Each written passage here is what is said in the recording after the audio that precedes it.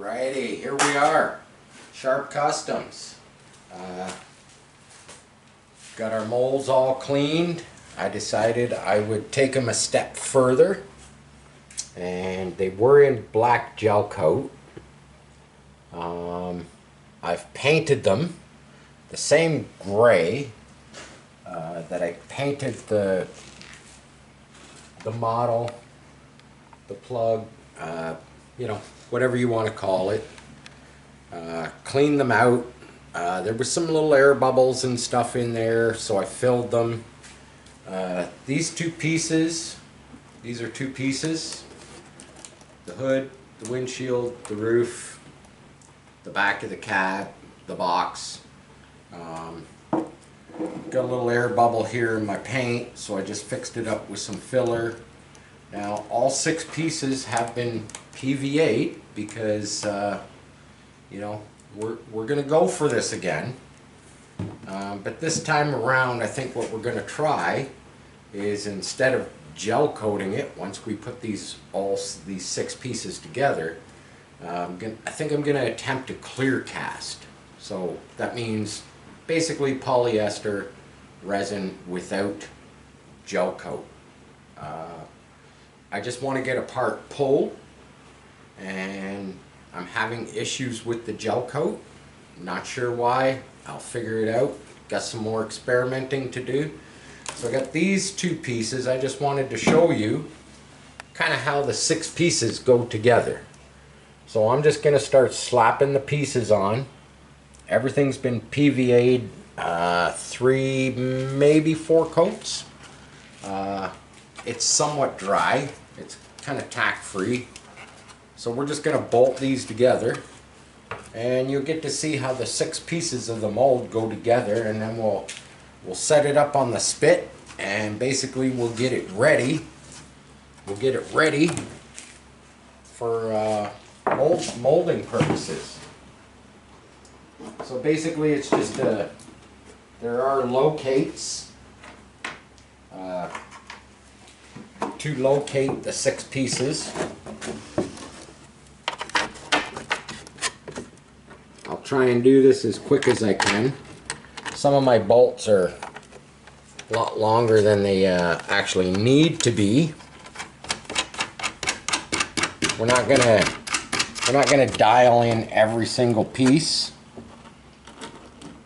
See, we got a locate right here in the center. Kind of locates the, you know, center of the center. Then we got all our drilled holes. So basically we get the front. We'll get the front on. We'll fire the back, the tailgate piece on. All this stuff goes on pretty darn good.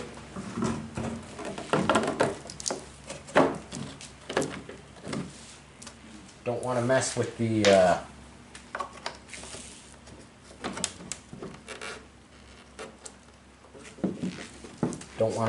PVA. You know, it's still kind of fresh. There we go. I was just off a little bit on my. Goes together pretty quick. There's about, I believe there's about 50 bolts that hold all 6 pieces together. You probably could go with more. Keep the joints nice and tight.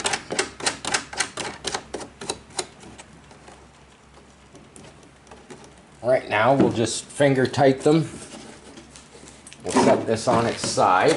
It is a little flimsy. There you go. We got 4 pieces. Pretty simple. I will grab that side. Actually, I will bring over both. I will bring over both sides.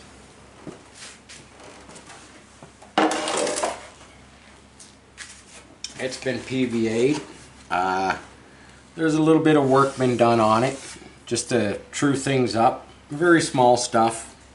Don't think it's really a big deal. I think I've got the wrong piece. Let's try this one.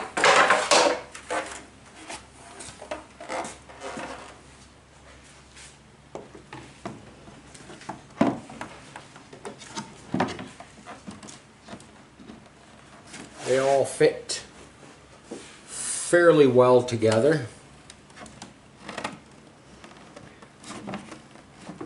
Or they should fit fairly well together.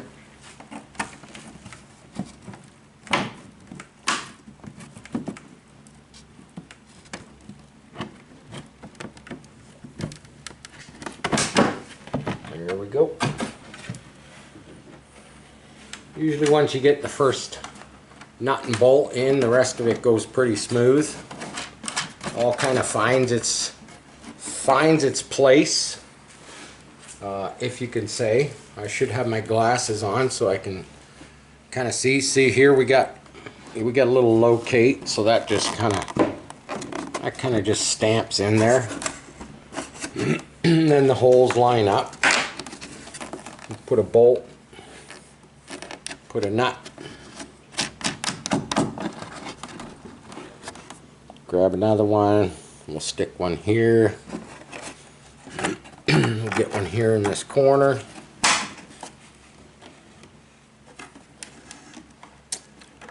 I did add a few extras here and there just to pull the seams together a little bit tighter.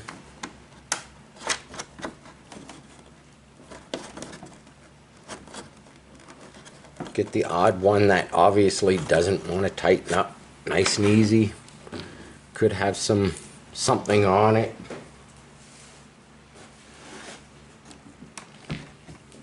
Throw one in the back. These ones are a little tight because I didn't quite make the flange quite big enough. But for this project, they will most certainly work. Put one in the middle. Doesn't matter which direction they go, whether they're in or they're out, because once we pull a part from these molds, they're basically now, it's getting more rigid, a little more together. We got our last piece. Just kind of fits right into place, just like so. Put a bolt in the middle.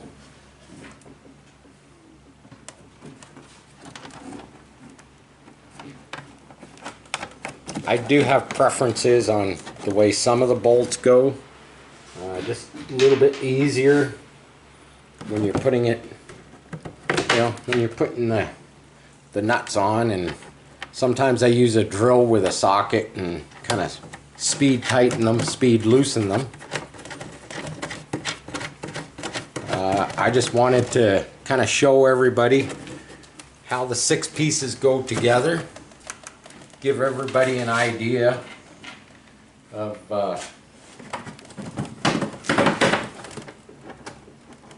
kind of how it goes together and how it fits on the framework.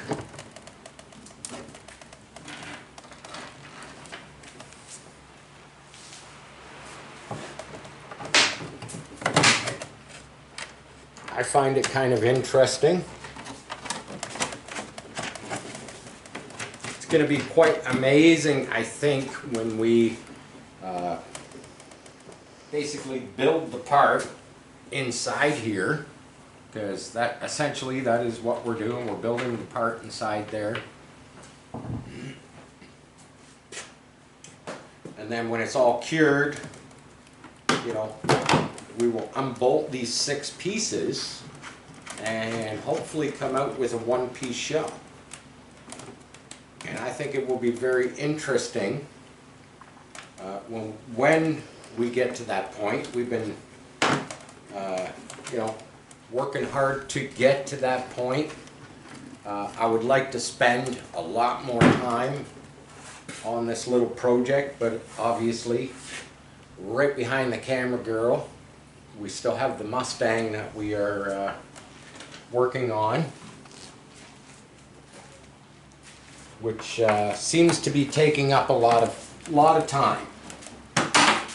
There's a lot of work on that Mustang. Didn't think there was going to be that much work. Needless to say, I have spent, you know, the average car that I do body work on and paint to the quality that this one will be. I usually do spend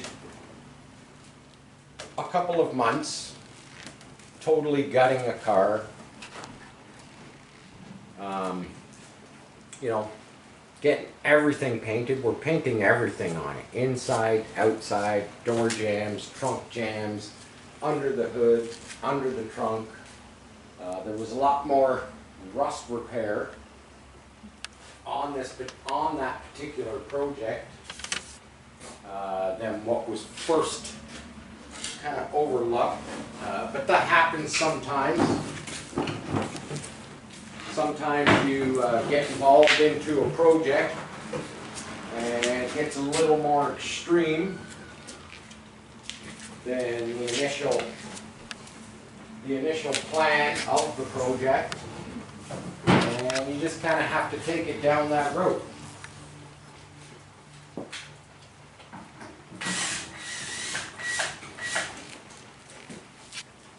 That would be, I guess that would be similar to this little quarter scale project. You know, I've taken this down the road a long way, this little quarter scale project. A lot further, it's gone on a lot further than I figured, you know. Back when I started this project, making the chassis and then deciding to sculpt out a shell for said particular chassis,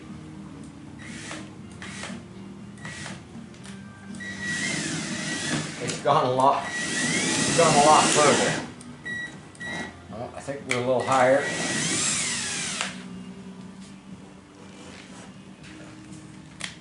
There we go. It's just a screw. There we go. So now it's mounted on the spit, or whatever you want to call it. Now I can finish bolting it up. But the nice thing about this little rig, which is really nothing, it's just a couple of sticks, is that when we go to do the layup, I will probably raise it a little higher. Now what I will do once I get it all bolted up 100%, and I just want people to see that all this intricacy, okay, don't mind the gaps. The gaps, I will putty the gaps so that I don't get huge flash through there. There is a lot of gaps to be puttied, and there is a few gaps that I actually can't putty. I cannot putty up there in those rails. I mean, I could try, kind of think it's pointless. But now when you're laying glass in here, a lot of people are on the assumption that you can just lay a piece of cloth in here and dab it down with the resin and stuff, and it's going to follow all these intricate shapes. You know, this is probably one of the weirdest. You got a stake pocket, you got to come up over a sharp edge, into the pocket, up over another sharp edge. All these edges that are 90 degrees almost. Cloth doesn't always like to conform to those shapes.